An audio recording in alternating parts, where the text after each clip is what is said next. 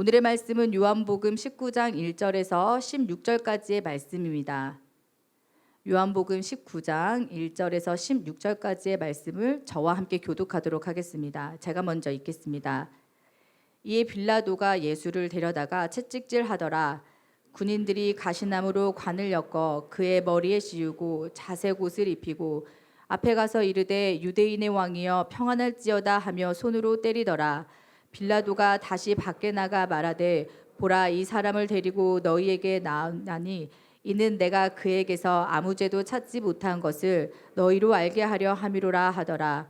이에 예수께서 가시관을 쓰고 자색 옷을 입고 나오시니 빌라도가 그들에게 말하되 보라, 이 사람이로다 하매 대제사장들과 아랫사람들이 예수를 보고 소리질러 이르되 십자가에 못 박으소서, 십자가에 못 박으소서 하는지라. 빌라도가 이르되 너희가 친히 데려다가 십자가에 못 박으라. 나는 그에게서 죄를 찾지 못하였노라. 유대인들이 대답하되 우리에게 법이 있으니 그 법대로 하면 그가 당연히 죽을 것은 그가 자기를 하나님의 아들이라 함이니이다. 빌라도가 이 말을 듣고 더욱 두려워하여 다시 관정에 들어가서 예수께 말하되 너는 어디로부터냐 하되 예수께서 대답하여 주지 아니하시는지라. 빌라도가 이르되 내게 말하지 아니하느냐. 내가 너를 놓을 권한도 있고 십자가에 못 박을 권한도 있는 줄 알지 못하느냐. 예수께서 대답하시되 위에서 주지 아니하셨더라면 나를 해할 권한이 없었으리니 그러므로 나를 내게 넘겨준 자의 죄는 더 크다 하시니라. 이러함으로 빌라도가 예수를 놓으려고 힘썼으나 유대인들이 소리질러 이르되 이 사람을 놓으면 가이사의 충신이 아니니이다. 무릇 자기를 왕이라 하는 자는 가이사를 반역하는 것이니이다. 빌라도가 이 말을 듣고 예수를 끌고 나가서 돌을 깐들 히브리 말로 가바다에 있는 재판석에 앉아 있더라. 이날은 유월절의 준비일이요 때는 제6시라. 빌라도가 유대인들에게 이르되 보라, 너희 왕이로다. 그들이 소리 지르되 없이 하소서, 없이 하소서. 그를 십자가에 못 박게 하소서. 빌라도가 이르되 내가 너희 왕을 십자가에 못 박으랴. 대제사장들이 대답하되 가이사 외에는 우리에게 왕이 없나이다 하니. 함께 읽겠습니다. 이에 예수를 십자가에 못 박도록 그들에게 넘겨주니라. 아멘. 네, 모두 자리에 앉으시겠습니다. 이제 목사님께서 우연히 없는 십자가의 길이라는 제목으로 하나님의 말씀 선포하여 주시겠습니다. 할렐루야. 순전한 교회 주일 예배에 참여하시는 여러분 모두를 주님의 이름으로 환영합니다. 자, 기도하고 말씀 전하겠습니다. 하나님 감사합니다. 오늘도 우리에게 말씀하시는 주님 기대하며 주님 앞에 섭니다. 주여 말씀하여 주시고 우리에게 가르쳐 주시고 이 말씀을 통해서 우리를 깨워 주시옵소서. 이 말씀이 우리를 새롭게 하는 역사를 보게 하시고 우리의 삶의 영역들이 정리되는 놀라운 기적의 역사가 일어나게 하여 주시옵소서. 감사드리며 예수 그리스도 이름으로 기도합니다. 아멘. 지난주 말씀을 기억하실지 모르겠지만 예수님을 신문한 빌라도는 예수님의 죄를 파악을 못합니다. 없다고 합니다. 무죄다. 왜냐하면 이 빌라도는 수많은 재판을 해본 경험이 있고 이런 류의 사람들을 너무나 많이 만나봤는데 예수님을 만나보니까 아무리 봐도 모르겠는 거예요. 죄가 보이질 않는 거예요. 그래서 6월절이 되면 한 명의 죄수를 사면하여 풀어주는 전통이 있었기 때문에 이때 이 유대인의 왕이라 하는 예수를 풀어주자 했더니 사람들이, 이 사람들이라 하면 모든 예루살렘의 군중이 아닙니다. 유대 종교 지도자들과 종교 지도자들의 하수인들, 그들만이 관정 앞에 기다리고 있었습니다. 그 사람들이 소리를 치며 바라바를 놓아주라고 막 그럽니다. 그 요한복음을 보면 지난주 말씀 보면 바라바를 강도라고 하는데요. 다른 기록을 보면 바라바는 열심당원이었습니다. 그러니까 로마가 보기에는 강도지만 열심당원은 뭐냐면 이스라엘의 독립을 위해서 싸우는 사람들입니다.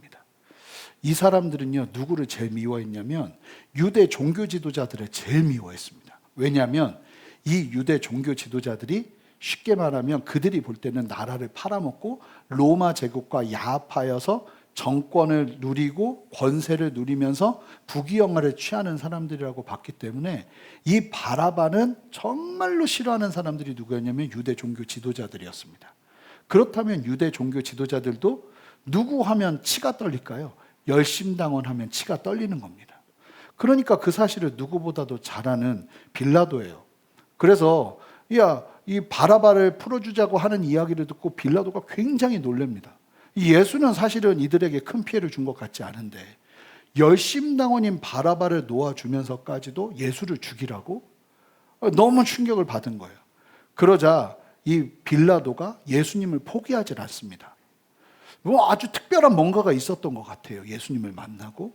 그러자 예수님을요, 오늘 1절 말씀 바로 어떻게 하냐면 바라바 풀려달라고 그러니까 이 빌라도가 예수님을 데려다가 1절 말씀 읽어봅니다. 이에 빌라도가 예수를 데려다가 채찍질하더라. 갑자기 예수님을 채찍질로 넘겨줘요. 이게 특별하게 십자가를 지는 사람이 십자가형을 받으면 채찍을 맞아요. 그런데 십자가형을 아직 받지 않은 상태거든요. 그런데 십자가형도 받지 않았는데 채찍으로 넘기는 건 바나바의 의도가 있는 겁니다. 왜 채찍을 먼저 맞게 하냐면 여러분 로마 제국에서 채찍을 가하는 건 세 가지 형태로 주어지는데요. 첫 번째가 푸스테스라는 형벌이에요. 그건 뭐냐면 가볍게 채찍으로 맞는 겁니다. 채찍도 종류가 있거든요.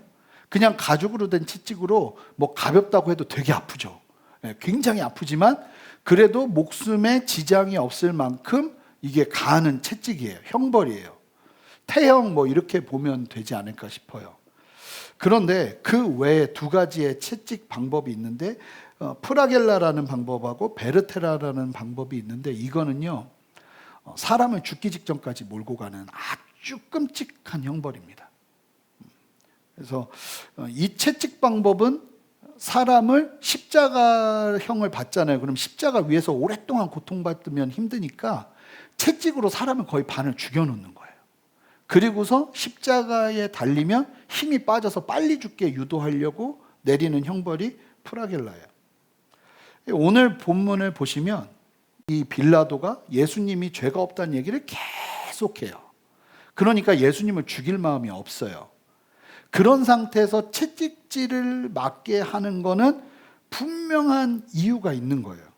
이 채찍으로 예수님을 때리고 난 후에 예수님이 맞고 난 모습을 유대인들에게 보여서 동정 여론을 살려고 하는 거예요. 그런데 의도와 달리 로마 병사들이 예수님을 끌고 가서 이 푸스테스라는 가벼운 채찍으로 때려야 되는데 보시면 빌라도의 의도대로 되는 게 하나도 없어요. 예수님의 십자가 사건은 오직 하나님의 의도대로 됩니다. 자, 그런데 거기서 어떤 채찍을 맞아 버리냐면 이 예수님을 병사들한테 넘기고 가볍게 이제 채찍질을 하라고. 왜냐하면 십자가형을 아직 받지 않았기 때문에. 근데 아주 이상한 일이 벌어지는데 로마 병사들이 예수님을 프라겔라로 아주 잔인한 채찍 방법으로 예수님을 채찍을 가해버려요. 그래서 마태복음 27장 26절에 보면 예수님이 채찍을 맞으셨다 하는데 이 용어가 프라겔라가 사용돼요. 분명한 거예요.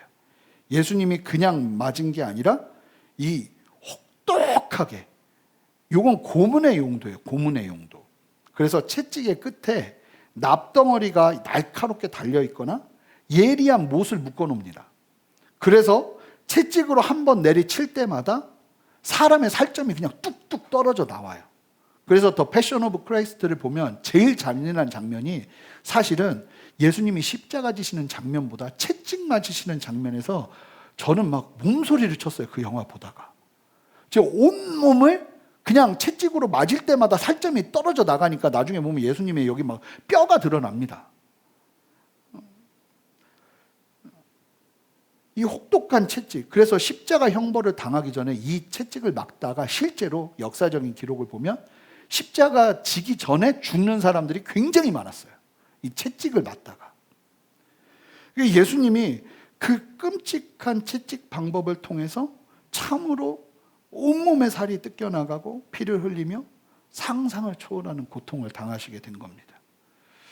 그리고는 여기서 멈춘 게 아니라 로마 병사들이 고통스러워하는 예수님께 가시 면류관을 만들어서 예수님의 머리에 씌우고는 자색 옷을 입히고 유대인의 왕이요. 이게 로마의 왕에게 하는, 가이사르에게 하는 고백이거든요. 그렇게 고백하면서 조롱하면서 예수님을 손으로 때리기 시작합니다. 로마 병사들이 예수님을 손으로 때렸다는 거. 제가 2주 전인가 언젠가 말씀드린 것 같은데 예수님의 외모 장난 아니었다고 말씀드렸잖아요. 마른 땅에 나는 뿌리같이 가늘고 긴 빼싹 마른 모습이었을 거라고 말씀드렸잖아요. 그러니까 채찍을 맞았을 때 원래도 살도 없었던 분인데 뭐 어떻게 됐겠어요, 온몸이. 진짜 뼈가 막 드러나는 그 상태에서 덩치 좋은 로마 군사들에게 주먹으로 계속 돌려가면서 맞는 거예요. 그렇게 고통을 당하신 예수님은 몸을 가눌 힘조차 없으셨을 겁니다. 그러자 빌라도는 이 예수님의 처참한 몰골을 그대로 유대인들에게 보입니다. 이 빌라도가요, 한두 번 경험한 게 아니거든요. 보통 이 의도와 다르게 이렇게 채찍을 맞았지만 그것도 뭐 빌라도가 굉장히 당황했을 거예요. 그럼에도 불구하고 그 모습 그대로 바로 예수님을 데리고 가서 관정 밖으로 가서 이 유대인들에게 예수님의 모습을 딱 보입니다. 보통 이 정도 되면 사람들이 놀래기도 하고 너무 심각하게 이게 고문을 당하고 나오니까 연민도 느끼면서 그 예수에 대한 분노가 누그러지게 마련인데 이 웬걸요? 이 대제사장들과 아랫사람들이 예수님을 보자마자 소리를 지르면서 십자가에 못 박여 죽이라고 난리를 피웁니다. 빌라도가 굉장히 당황해요. 이러는 일은 없어요. 이러는 일은 없어요. 그런데 일어나는 상황들이 너무나 당황스러운 거예요. 자신의 의도와 다른 반응으로 격하게 오히려 예수님을 십자가에 죽이라는 그들에게 뭐라고 말하냐면 빌라도가 너무 기가 막히니까 그럼 니들이 죽여라. 니들이 십자가에 예수를 죽여라. 내가 뭐라고 안 할 테니까 니들이 죽여라. 그랬더니 그러자 유대 지도자들이 왕이라고 했다는 이야기만 하면서 고소했잖아요. 속내를 드러냅니다. 자, 우리가 왜 예수를 이토록 죽이려고 하는지. 그러면서 이들이 뭐라고 말하냐면 예수님이 하나님의 아들이라고 했다고. 그래서 우리가 이 사람 죽여야 된다고. 그런데 하나님의 아들이라고 했다는 이야기를 들으면 이거 죽어도 싼 놈이네 이래야 되는 게 빌라도인데 빌라도가 그 얘기를 딱 듣더니요. 8절을 보세요. 8절을 보시면 빌라도가 비정상적인 반응이죠. 두려워하기 시작합니다. 뭔가 이상했는데 이게 딱 핀트가 맞는 거예요. 하나님의 아들? 굉장히 두려워하기 시작해요. 이게 실제로 예수님을 만나고 대화 나눠보고 예수님을 신문에 보고 나서 이 뭐 온몸이 피투성이가 되어 있는 예수님을 보면서도 느끼는 신비로움, 뭔가 다른 어떤 충격, 이게 하나님의 아들이라고 한다는 이야기에서 이 빌라도를 두려움으로 확 잡아 일끕니다. 왜 두려운 걸까요? 예수님과 대화하면서 너무나 예수님이 달랐거든요. 그런데 예수님을 죽이려는 유대인들이 진짜 이유를 드러내자 빌라도가 그냥 바로 예수님을 데리고 들어갑니다. 그리고는 궁금하니까 묻습니다. 자, 9절 말씀 함께 읽어보겠습니다. 다시 관정으로 들어가서 예수께 말하되 너는 어디로부터냐 하되 예수께서 대답하여 주지 아니하시는지라. 들어오자마자 무슨 얘기하냐면 이게 무슨 얘기냐면요. 너 도대체 어디서 왔어? 이걸 묻는 거예요. 빌라도가. 너 도대체 이 나사렛 예수라는 상황을 모를 리가 없거든요. 그런데 너무 다른 거예요. 그러니까 예수님을 바로 관정으로 다시 데리고 들어와서 피투성이 된 예수님한테 뭘 묻냐면 너 어디서 온 사람이야? 너 어디서 왔어? 그러니까 예수님이 대답을 안 해요. 기가 막힌 거죠. 여기서 대답을 제대로 해야 예수님이 살게 돼 있는데 예수님은 마치 죽기라도 작정한 것처럼 아무 말씀도 하지 않는 거예요. 그러니까 예수님에게 빌라도가 이렇게 얘기합니다. 10절 말씀입니다. 함께 읽겠습니다. 빌라도가 이르되 내게 말하지 아니하느냐? 내가 너를 놓을 권한도 있고 십자가에 못 박을 권한도 있는 줄 알지 못하느냐? 빌라도가 뭐라고 말하는 거예요? 너 왜 말 안 해? 너 내가 어떤 권세가 있는지 몰라? 내 한마디면 너 살릴 수 있고 내 한마디면 너 죽일 수 있어. 여기서 네가 말만 잘하면 내가 너 살릴 수 있어. 그 이야기를 하니까 예수님께서 바로 뭐라고 말씀하시는가? 11절 말씀 함께 한 목소리로 힘차게 읽어보겠습니다. 예수께서 대답하시되 위에서 주지 아니하셨더라면 나를 해할 권한이 없었으리니 그러므로 나를 넘겨준 자의 죄는 더 크다 하시니라. 지금 예수님께서 뭐라고 말씀하시는 거예요? 진정한 권세는 너에게 있지 않다고. 막 기가 막힌 거죠. 네가 아무리 로마 총독이라고 해도 이 모든 일, 지금 내가 피투성이가 된 일까지도 하늘에서 하나님께서 허락하지 않으면 일어날 수 없는 일이라고. 이거는 정상적인 사람에서는 절대로 나올 수 없는 말인 거예요. 빌라도가 엄청나게 당황을 해요. 유대인들이 자신들의 죄악으로 예수님을 죽이려 하고 로마 군인이 채찍으로 예수님을 이처럼 상하게 한 것도 다 하나님께서 허락하신 일이라는 거예요. 하나님의 뜻이라고 말하고 있는 겁니다. 보세요. 예수님을 죽음으로 몰아넣은 가룟 유다와 유대 종교 지도자들의 죄도 크겠지만 이 모든 일이 하나님의 뜻이라고 이야기하는 거예요. 여러분, 십자가의 길은 우리의 의도와 우리의 뜻대로 되는 게 하나도 없고 반드시 하나님의 뜻대로 이루어지는 길인 줄 믿습니다. 그렇다면 예수님께서 그냥 십자가에서 죽으셔도 충분할 것 같은데 그래도 우리의 죄를 사하여 주실 거 아니에요. 그런데 왜 이처럼 하나님께서 의도를 하셔서 예수님을 끔찍한 고문을 당하게 하신 것일까요? 온몸의 살덩이가 떨어져 나가고 피를 철철 흘리게 하는 이유가 무엇인가? 왜 하나님은 이런 끔찍한 고통을 허락하시는가 하는 부분을 우리가 살펴볼 필요가 있어요. 구약의 율법이 있는데 생각보다 성도님들이 이 부분을 너무 오해하거나 모르세요. 속죄를 위해서, 속죄는 아주 중요한 이슈였습니다. 구약의 이스라엘 사람들에게 있어서 예배하는데 이 속죄, 죄의 문제를 해결하는 건 너무나 중요한 이슈였습니다. 그래서 그냥 나가면 다 죽어요. 그러니까 나아갈 때는 반드시 내 죄를 대신해서 그 죄값을 치러야 되는 제물이 필요했어요. 하나님은 그렇게 나오게 하셨어요. 그래서 절대로 어떤 상황 속에서도 제물 없이 하나님 앞에 나아갈 수 없었습니다. 제사 지내는 여러 방법이 있었는데 죄의 문제를 다루는 대표적인 제사가 바로 속죄제였습니다.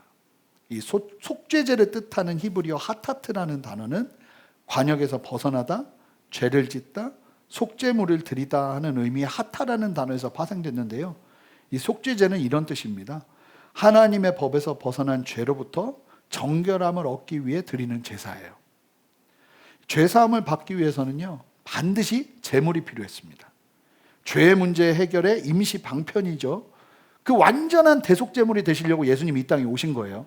그런데 하여간 구약에서는 이 죄의 문제를 해결하려면 무조건 제물이 필요했어요.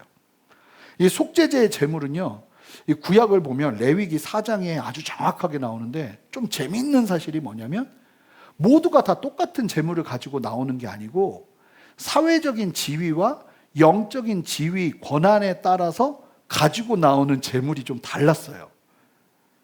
제사장은요, 제일 비싼, 만약에 제사장이 죄를 짓잖아요, 제일 비싼 흠없는 숫송아지를 준비해 와야 됩니다. 그리고 만약에 온 회중들이 같이 무슨 죄를 지었잖아요, 그러면 숫송아지를 드립니다. 그리고 마을의 족장이 죄를 지면 흠없는 송아지가 아닌 것 같은데 이거 제가 다시 한번 찾아서 말씀드릴게요. 하여간 그걸 갖고 와요. 그리고 평민들이, 일반 성도님들이, 백성들이 죄를 지면 흠없는 암양인, 족장은 흠없는 암송아지를 가져와요. 그게 좀 더 싸거든요. 흠없는 암송아지. 그리고 평민들은 흠없는 암염소를 가져옵니다. 이 가난한 사람들은, 이 염소를 가져올 돈도 없는 사람들은 산비둘기를 가져오게 하고, 더 가난하잖아요. 민하라고 하는데 소재, 고운 가루 에바 10분의 1을 가져오게 됩니다. 기름에 볶지 않은. 그래서 정말 가난한 사람들도 쉽게 말하면 재물을 살 돈이 없어서 하나님 앞에 나오지 못하는 것을 하나님이 다 막아주신 거예요. 근데 재밌는 사실은 사회적인 위치와 영적인 책임이 더하는 곳일수록 그 자리에서 죄를 짓는 사람들에게 요구하는 재물이 더 컸다는 거예요. 그러니까 저는 죄 지면 더 큰 거예요, 이게.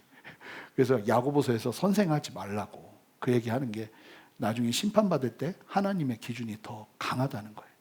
이건 뭐 어쩔 수 없는 거죠. 제가 책임 있게 살아야 되는 거죠. 우리 성도님들 중에서도 이제 주일학교 교사나 목자나 그런 자리가 사실은 쉽지는 않은 자리이기는 맞는 거예요. 근데 속죄의 방법이 뭐냐면, 제물을 드리는 죄의 문제가 있는 사람이 제물을 가지고 자기가 직접 이렇게 가지고 옵니다. 그 여호와 앞으로 가져와서 제물을 가져온 사람이 제물 위에 숫송아지나 암송아지나 암양이나 뭐 비둘기나 그 제물에게 손을 얹어서 안수를 합니다. 이 안수는 뭐냐면 내 죄를 이 손으로 전가하는 거예요. 이 안수 자체가 의미가 없는 게 아니에요. 나쁜 의미는 뭐 이런 거지만 하나님께서 이 안수를 통해서도 놀랍게 하나님께서 정말 어떻게 보면 죽어있는 영역들을 살리시는 은혜가 있을 수도 있는 거예요. 그래서 그렇게 하는데 온 회중이 죄를 짓잖아요. 그럼 누가 안수하느냐? 그 회중의 대표인 장로들이 나와서 그 제물에 안수를 합니다. 다 같이 서서 안수를 합니다. 그리고는 제물을 가져온 사람이 제물을 잡아 피를 따로 뽑아서 제사장에게 주면 제사장은 그 제물의 피를 손가락으로 찍어서 성소 앞에 7번을 뿌리고 향단 뿔에 피를 바른 후에 회막 앞 번제단 밑에 전부 피를 쏟아냅니다. 붓습니다. 이 제사장이 만약에 근데 죄를 짓잖아요. 그러면 그 피를 가지고 성소로 들어가서 지성소 앞 휘장에 7번 피를 뿌리게 되고요. 1년에 한 번 있는 속죄일에는 대제사장이 그 피를 그대로 가지고 가서 지성소 안으로 들어가서 법궤 위에 있는 시은좌, 이 언약궤의 뚜껑이라고 보시면 돼요. 거기에다가 피를 쏟아 붓는 거예요. 그때 하나님께서 이제 죄를 용서해 주시는 거죠. 그리고 난 다음에 이제 희생 제물은 모든 기름과 콩팥만 번제단 위에 불사르고 나머지 부분은 진 밖에 위치한 이 재를 버리는 번제단에 재를 버리는 곳이 따로 있는데 거기에다가 나무 위에 놓고 다 불사르게 됩니다. 그리고 일반 백성들의 속죄를 할 때는 제물은 기름과 콩팥 부위만 태우고 나머지 고기는 제사장들에게 줘요. 그래서 제사장들이 먹고 살 수 있게 또 도와줍니다. 그렇게 하나님이 하게 하세요. 한 가지 우리가 알고 있어야 되는 게 뭐냐면 동물로 드리는 모든 제사인 번제나 화목제나 속죄제나 속건제는 모두가 제물을 드릴 때 제사장이 드리는 게 아니에요. 뭐 많이 오해하시는 게 뭐냐면 제사장이 제물 딱 전달받아서 제사장이 잡고 죽이고 하는 게 아니라 제사장은요 거의 거드는 역할만 합니다. 가만히 지켜봐요. 그러면 누가 그 제물을 다 죽이고 뭐 각을 뜨고 머리를 따로 분리하고 피를 뽑아내고 내장을 꺼내서 콩팥을 찾아서 콩팥과 기름을 던지고 하는 걸 다 누가 해야 되냐면 죄 지은 사람이 해야 돼요. 그래서 피는 피대로 따로 분류하고 가죽을 벗기고 막 그 모든 일들을 죄 지은 사람이 하는 거예요. 많은 사람들이 잘못하는 게 제물을 가지고 나가면 제사장이 제물을 죽이고 처리하는 줄 아시는데 그게 아니에요. 철저하게 죄 지은 사람이 그 일을 해야 되는 겁니다. 제가 이디오피아를 선교여행 갔을 때 한 마을에서 저희가 보는 앞에서 양을 잡아주는데 거의 뭐 똑같이 이 제단에서 양을 잡는 것과 똑같은 모습으로 잡는데 되게 오래 걸리더라고요. 한참을. 그리고요, 눈 뜨고 보기가 좀 힘들어요. 너무 잔인해요, 그 장면이. 그런데 그런 일을 하나님 앞으로 나아갈 때마다 죄 지은 사람이 직접 제물을 잡아서 그렇게 죽이고 제물을 하나님께 드려야 되는 거예요. 이 죄 지은 사람이. 그러니까 죽여도 그냥 안 죽이고 피는 피대로 다 뽑고 살은 각대로 다 뜨고 가죽은 벗기고 거의 분해시피하다 하면서 아주 끔찍하게 죽이는 거예요. 왜 그렇게 처절하게 죽여야 될까요? 다른 게 아니라 죄가 그토록 크게 우리를 무너뜨리는 거예요. 죄의 결과가 그렇게 끔찍하다는 것을 하나님께서 보여주시고 상징적으로 알게 하시는 거예요. 다른 이유가 아니에요. 죄 때문입니다. 죄의 문제가 그렇게 심각해서 원래 그 짐승처럼 죽어야 되는 게 내 죄의 값인 거예요. 그래서 제물의 머리에 안수하는 건 내 죄를 제물에게 전가하는 거예요. 사진 한번 띄워주시겠어요? 그래서 양을 한 마리를 잡아도 이렇게 하는 거예요. 죽이기 전에 안수하는 거예요. 내 죄를 이 제물에게 전가시키는 거예요. 그리고 나서 철저하게 이 제물을 분해하고 죽이는 겁니다. 그냥 죽이지 않고 내 죄의 대가를 제물이 온전하게 치르게 하는 거예요. 그러니 죄 지은 사람은 짐승을 잡으면서 무엇을 생각하겠어요? 끔찍하리만치 심각한 내 죄의 문제를 깨닫고 또 깨닫는 것이죠. 함께 이사야 53장 5절 6절 말씀을 읽어보겠습니다. 함께 읽습니다. 그가 찔림은 우리의 허물 때문이요 그가 상함은 우리의 죄악 때문이라. 그가 징계를 받음으로 우리는 평화를 누리고 그가 채찍에 맞음으로 우리는 나음을 받았도다. 우리는 다 양 같아서 그릇 행하여 각기 제 길로 갔거늘 여호와께서는 우리 모두의 죄악을 그에게 담당시키셨도다. 여러분, 예수님께서 왜 그렇게 끔찍하게 채찍을 맞으면서 죽으셔야 했는가? 온몸이 뜯기고 피를 흘리셔야 됐던 이유가 무엇인가? 다른 것이 아니라 하나님도 제가 볼 때는 그 마지막 겟세마네 동산에서 하나님이 거의 예수님께 죄를 전가하는 안수식을 한 것이 아닌가. 예수님께서 우리 인류의 모두의 죄악을 전가받으셨기 때문에 예수님은 그냥 죽으실 수 없으셨고 우리의 죄값을 철저하게 속량, 값을 주고 사셔야 되기 때문에 그 죄의 값이 너무나 심각하기 때문에 죄 없는 하나님의 아들로 이 땅에 오셔서 그 죄값을 철저하게 감당하셔야 됐던 거예요. 누가복음 16장 19절에서 31절에 이야기되는 여러분 너무나 잘 아시는 부자와 거지 나사로의 비유를 아실 겁니다. 평생을 상징적으로 표현하는 거죠. 부자는 무조건 지옥 간다 이 이야기를 하려고 이 말씀이 있는 게 아니라 이 부자의 특징을 이야기하는데 평생을 화려한 옷을 입고 날마다 중요해요. 날마다 호화롭게 살던 부자가 죽자 음부에서 고통을 당합니다. 하나님과 상관없는 삶을 살았겠죠. 음부에서 고통을 당하는 부자가 너무 극심한 고통을 받다가 멀리서 뭐가 보이냐면 하늘이 보였던 것 같아요. 거기에서 뭐가 보였냐면 아브라함과 아브라함 품에 있던 우리 동네 거지 나사로가 아브라함 품에서 편하게 있는 게 보이는 거예요. 그러자 여러분 이 부자가 이 아브라함에게 요청하는 게 뭔지 아십니까? 날 좀 살려주세요라는 말도 꺼내지도 못해요.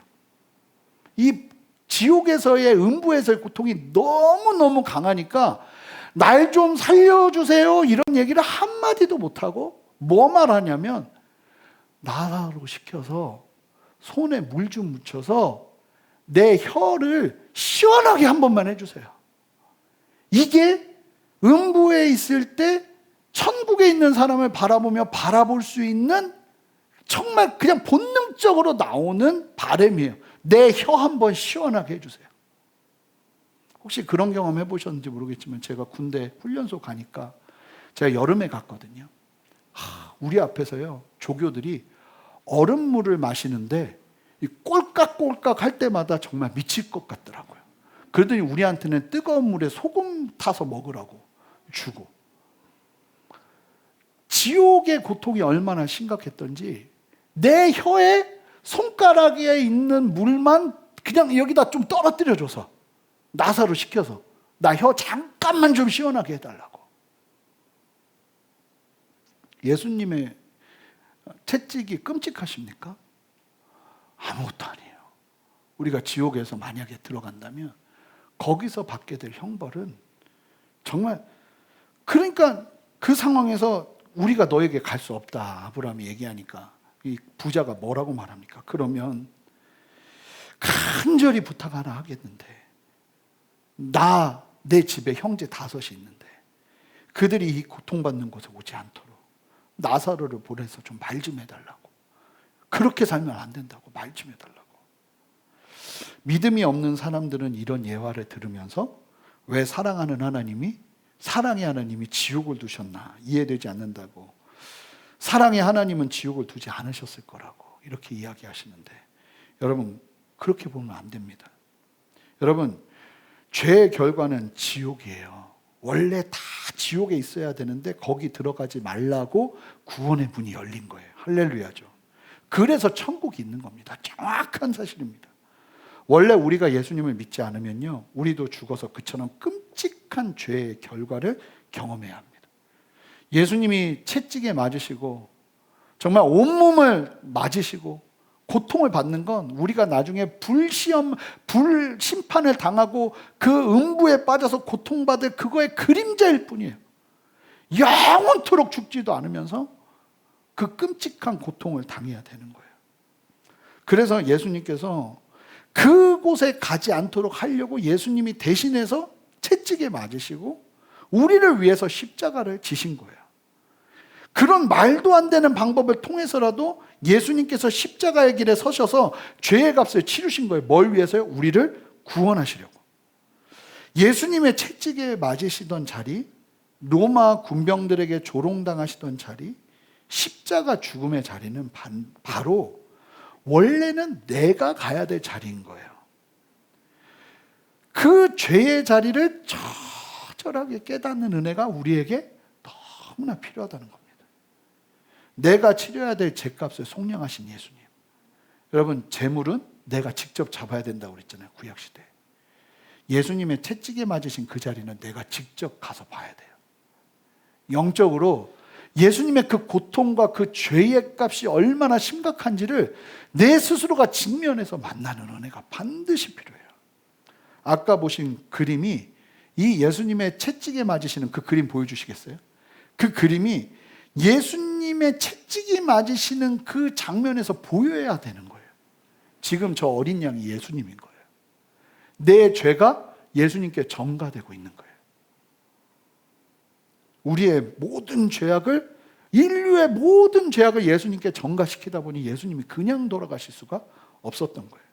끔찍한 죄의 결과를 하나님께서 예수님을 통해서 보여주고 계시는 겁니다.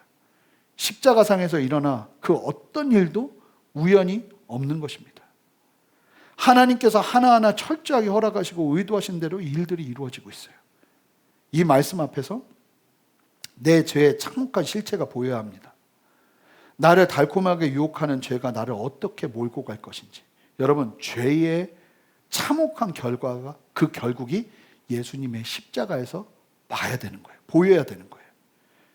여러분, 죄는요, 절대로 달콤한 데서 멈추지 않습니다. 여러분들을 찢기게 할 것이고 고통받게 할 거예요.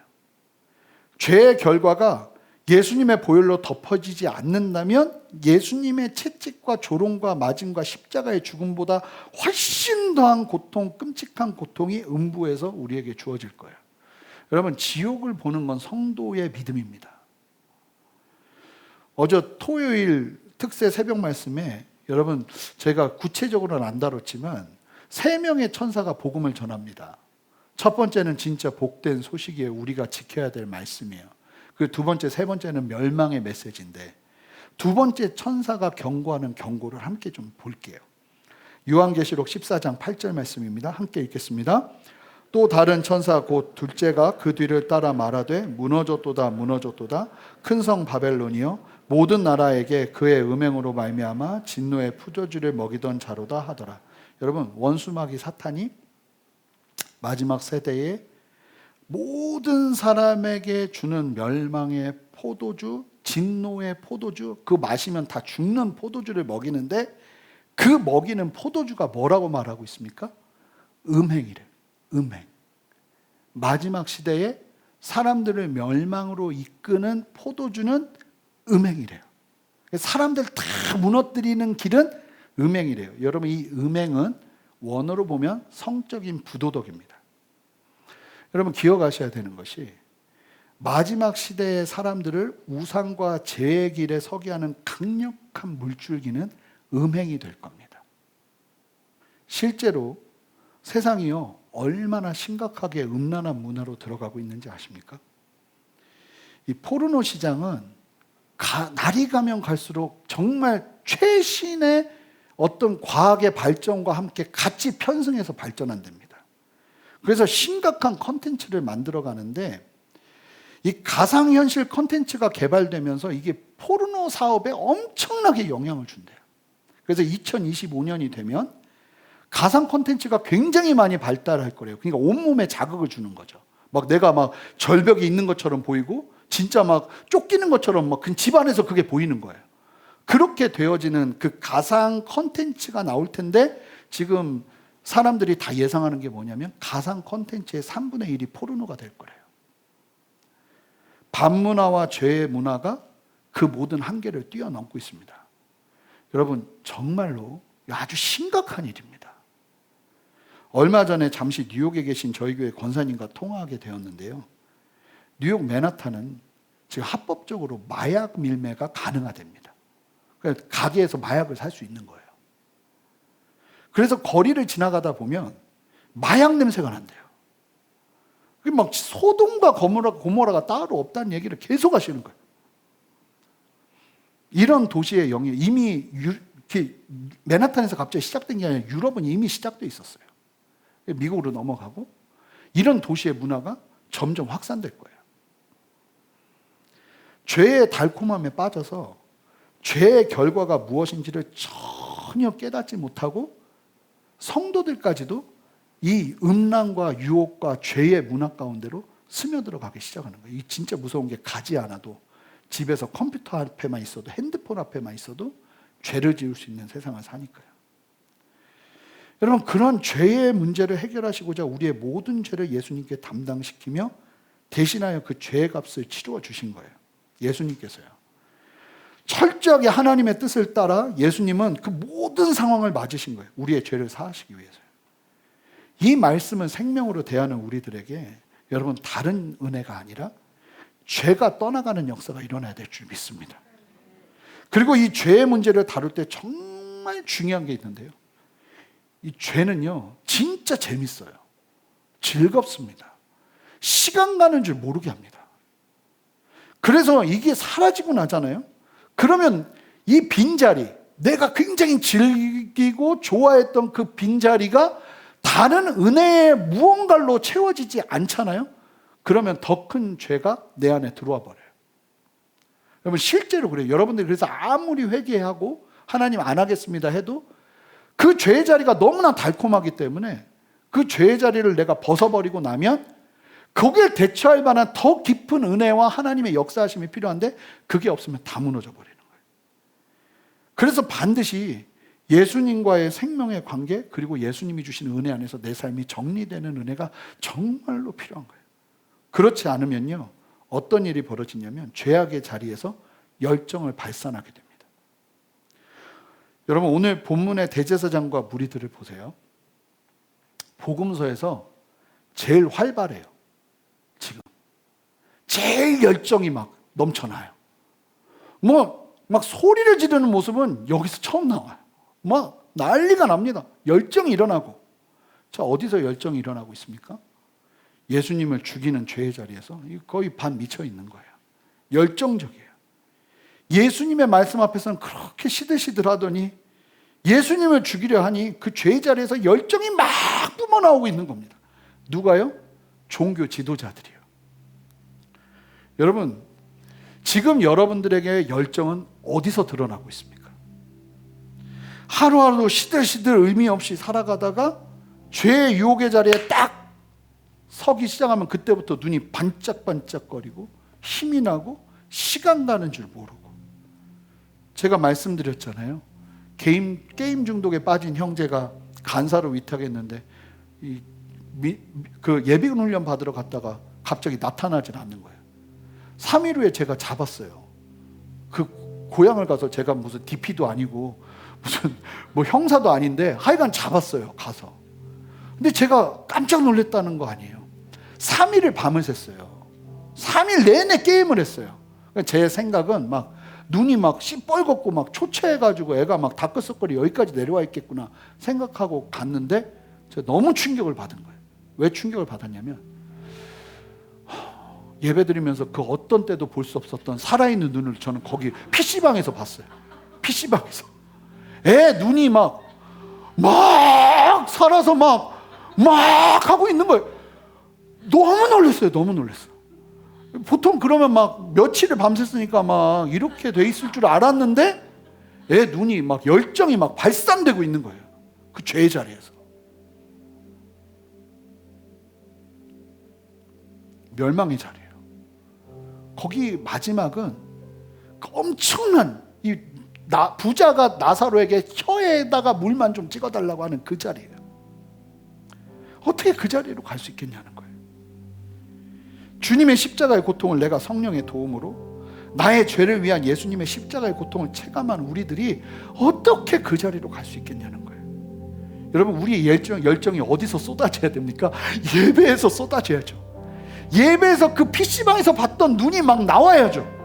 하나님, 내가 하나님을 만납니다. 하나님, 나에게 채워주시지 않으면 나는 죄로 채울 수밖에 없습니다. 하나님, 나에게 거룩하고 신령한 은혜를 부으셔서 나로 하여금 당당하게 세상을 살아갈 수 있도록 주님, 나에게 은혜를 부어주십시오. 이 은혜가 필요한 거죠. 이 열정이 여기서 쏟아져야 되는 거죠.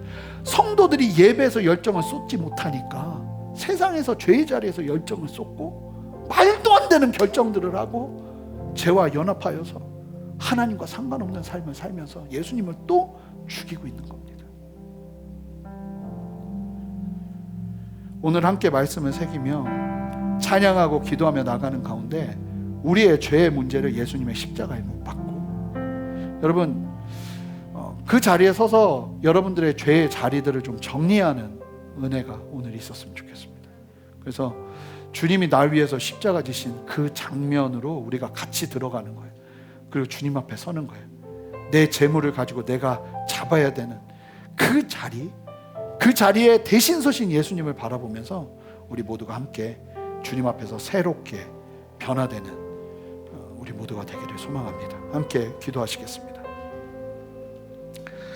하나님, 주님이 채찍에 맞으시고 피를 흘리시고 살을 찢기시며 그리하지 않아도 되는데 그 어려운 걸음을 걸으신 이유는 우리의 죄 때문입니다. 그런데 우리가 아직도 죄를 즐거워하고 있습니다. 아직도 죄를 기뻐하고 있습니다. 아직도 그 죄 앞에서 열정을 쏟고 있습니다.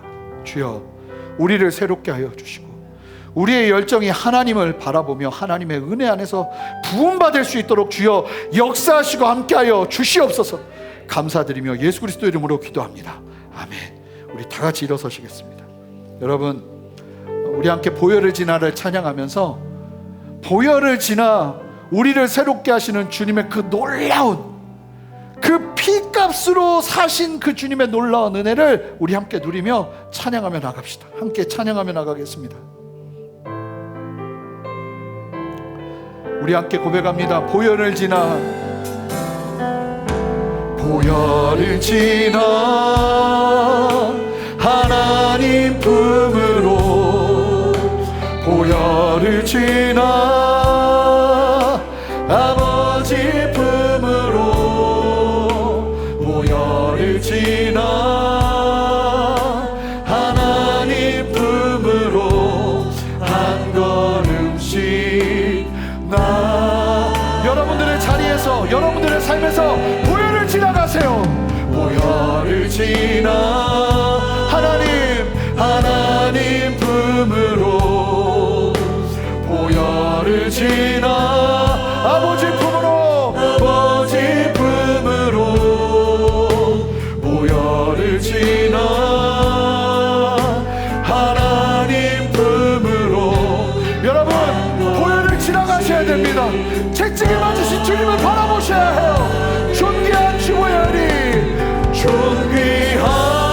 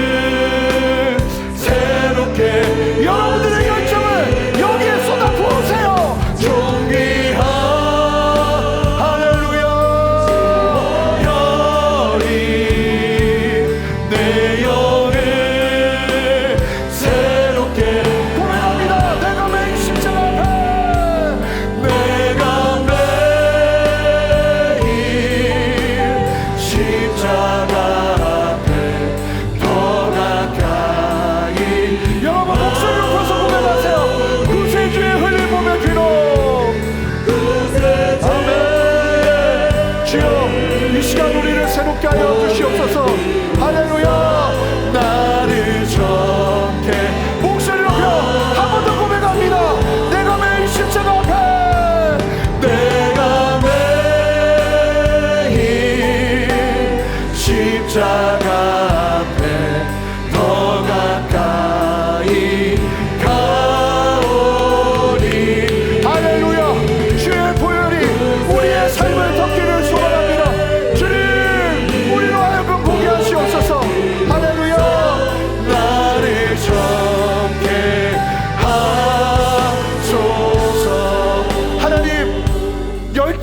죄 가운데 쏟았던 나의 삶을 돌이킵니다.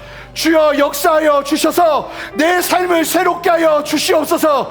죄의 자리를 정리하게 하시고 그 빈자리가 더 기쁜 아버지 하나님의 은혜의 자리로 채워지게 하여 주시옵소서. 하나님, 나의 힘으로 감당할 수 없습니다. 채찍에 맞으신 주님을 바라보며 죄의 값을 보는 은혜를 내가 보기를 원하오니 주의 보혈을 통과하는 은혜를 허락하여 주시옵소서. 함께 두 손을 들고 여러분 주님의 이름 간절히 부르며 기도하시기 바랍니다. 기도합니다. 주여, 주님 우리 안에 새 일을 행하시는 주님을 찬양합니다. 죄의 자리를 정리하기를 원합니다. 하나님, 죄의 자리를 정리하기를 원합니다. 오직 주님만을 바라보며 주님의 은혜 안에 아버지 우리 모두가 다시 한번 새롭게 서기를 원합니다.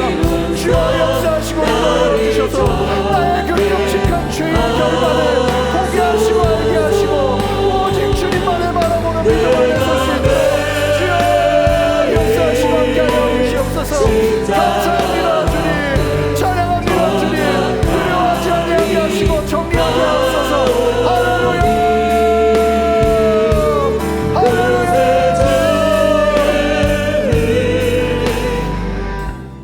습관적인 죄,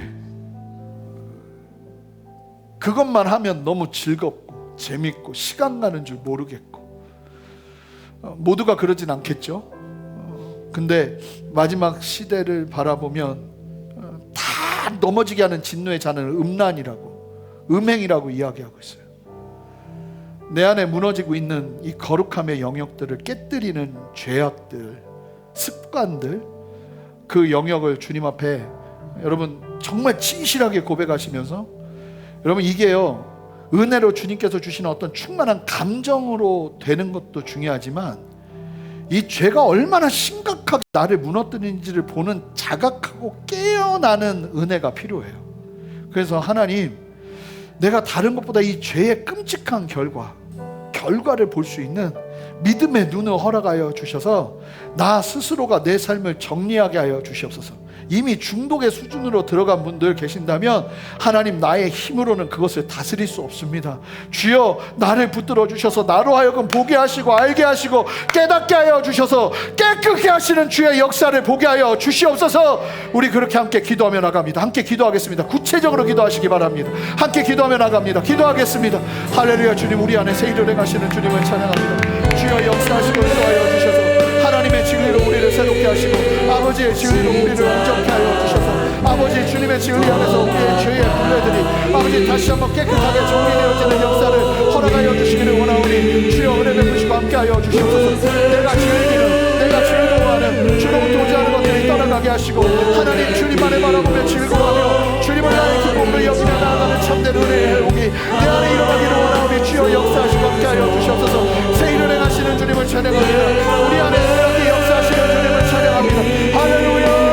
십자가 앞에 더 가까이 가오니 구세주의 흘린 봄에 비로소 나를 정케. 우리 함께 두 손을 들고 찬양합시다. 존귀한 주보혈이, 존귀한 주보혈, 이 시간 우리를 만지시옵소서. 이 시간 우리를 새롭게 하시옵소서. 이 시간 우리의 심령을 새롭게 하시고 우리의 삶을 만져주시옵소서. 존귀한 주님을 찬양하세요. 주님을 예배하세요. 주님을 높여드리세요. 할렐루야. 내 영을 다시 한번 고백합니다. 존귀한 주보혈이, 할렐루야. 아멘. 주님 맞으시옵소서. 주님 다스리시옵소서. 하나님 우리의 힘으로 할 수 없습니다. 하나님 우리의 힘으로 결단할 수 없습니다. 주여 새롭게 하여 주셔서 우리를 만드시고 붙드시는 주님의 역사를 보게 하여 주시옵소서. 할렐루야.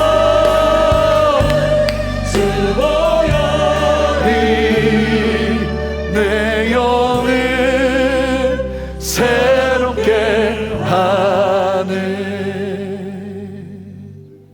하나님, 이 시간 우리 안에 나를 위해, 나의 죄를 위해 그 죄를 지시고 그 모든 문제를 해결하시고자 십자가에 달려 죽으시되 그냥 죽으신 것이 아니라 온몸이 찢겨나가는 고통과 괴로움과 그 모든 아픔을 감당하시며 십자가를 지신 주님을 믿음의 눈으로 바라보고 그 주님을 만나는 은혜를 우리 모든 성도님들에게 허락하여 주시기를 원하오니 그 자리가 내 자리지.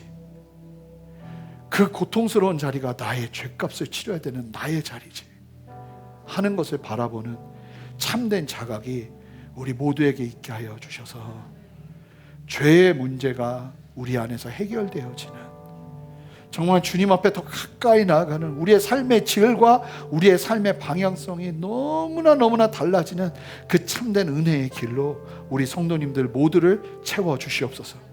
각종 다양한 중독의 증세들이 떠나가는 역사가 이 시간 있게 하시고, 죄의 자리에서 떠나가는 역사가 있게 하시고, 소리를 지르며 떠나가게 하시고, 오직 주님의 진리로 우리를 새롭게 하여 주셔서 아버지의 진리 안에서 우리가 정결케 되어지는 역사를 허락하여 주시옵소서.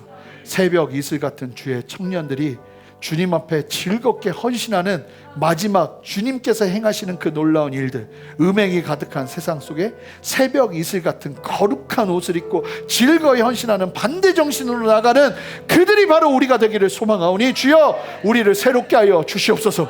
죄의 자리를 끝까지 싸우고 그 빈자리, 심심한 자리를 주님과의 참된 친밀과 말씀과 은혜와 사랑 안에서 채워가며 주님 우리의 삶이 바뀌어지기를 원하오니 주여 역사하여 주시옵소서. 감사함으로 주님 앞에 드리는 헌물을 주님 기뻐 받아주시고, 이 재정이 사용되는 곳마다 하나님의 영광이 임하게 하시고, 우리 성도님들 손 절대로 마르지 아니하도록 하나님 축복과 은혜로 함께하여 주시고, 주님 앞에 나아가 간절히 기도하며 몸부림치는 주님 기도 제목 주님 아시오니 하나님 그 기도 위에 응답하시는 주님의 생명의 역사를 보게 하여 주셔서 예수님 믿는 참된 기쁨이 세상의 어떤 것보다 귀함을 알게 하여 주셔서 그 은혜 위에 담대히 믿음의 걸음 걸어갈 수 있도록 주님 역사하시고 함께하여 주시옵소서.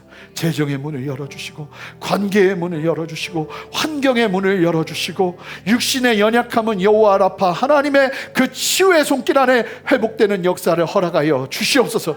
감사드리며 예수 그리스도 이름으로 기도합니다. 아멘. 이제는 우리 주 예수 그리스도의 크신 은혜와 아버지 하나님의 무한하신 사랑과 성령의 내주하심과 교통하심과 신실한 역사하심이 오늘 말씀을 기억하며 주님의 진리 안에서 우리의 삶을 다시 한번 주님의 그 십자가 보혈의 권세 아래 거룩하게 세우고 주님과 함께 이 땅을 주님의 뜻을 이루며 감사함으로 정말 살맛 나는 하나님의 백성으로서의 삶을 회복하기를 소망하는 함께 예배하는 모든 성도님들과 성도님들의 가정과 직장과 삶의 모든 터전 위에 순전한 교회와 이 땅의 모든 교회들과 이 나라와 온 열방 위에 이제로부터 영원토록 함께 하시기를 간절히 축원하옵나이다. 아멘.